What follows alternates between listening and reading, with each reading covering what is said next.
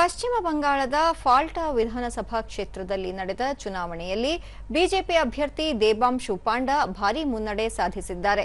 ಅವರು ತಮ್ಮ ಸಮೀಪದ ಪ್ರತಿಸ್ಪರ್ಧಿ ಮಾರ್ಕ್ಸ್ವಾದಿ ಕಮ್ಯುನಿಸ್ಟ್ ಪಕ್ಷದ ಶುಭಾಂಶು ನಾಥ್ ಕುರ್ಮಿ ಅವರನ್ನು 19,701 ಮತಗಳ ಅಂತರದಿಂದ ಮುನ್ನಡೆ ಕಾಯ್ದುಕೊಂಡಿದ್ದಾರೆ. ಭಾರತ ರಾಷ್ಟ್ರೀಯ ಕಾಂಗ್ರೆಸ್ನ ಅಬ್ದುಲ್ ರಜಾಕ್ ಮೊಲ್ಲಾ ಮೂರನೇ ಸ್ಥಾನಕ್ಕೆ ಇಳಿದಿದ್ದು, ಚುನಾವಣಾ ಕಣದಿಂದ ನಿವೃತ್ತಿ ಘೋಷಿಸಿದ್ದ ತೃಣಮೂಲ ಕಾಂಗ್ರೆಸ್ನ ಜಹಂಗೀರ್ ಖಾನ್ 4ನೇ ಸ್ಥಾನದಲ್ಲಿದ್ದಾರೆ. ಒಟ್ಟು 21 ಸುತ್ತುಗಳಲ್ಲಿ ಮತ ಎಣಿಕೆ ನಡೆಯಬೇಕಾಗಿದೆ. ಪಶ್ಚಿಮ ಬಂಗಾಳದ ಫಾಲ್ಟಾ ವಿಧಾನಸಭಾ ಕ್ಷೇತ್ರಕ್ಕೆ ಇದೇ 21ರಂದು ಮತದಾನ ನಡೆಸಲಾಗಿತ್ತು.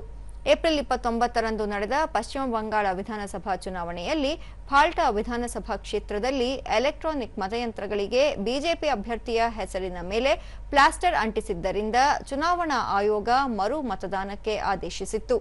ಚುನಾವಣೆಗೆ 2 ದಿನಗಳು ಬಾಕಿ ಇರುವಾಗ ತೃಣಮೂಲ ಕಾಂಗ್ರೆಸ್ನ ಅಭ್ಯರ್ಥಿ ಜಹಂಗೀರ್ ಖಾನ್ ಚುನಾವಣಾ ಕಣದಿಂದ ನಿವೃತ್ತಿ ಘೋಷಿಸಿದ್ದರು.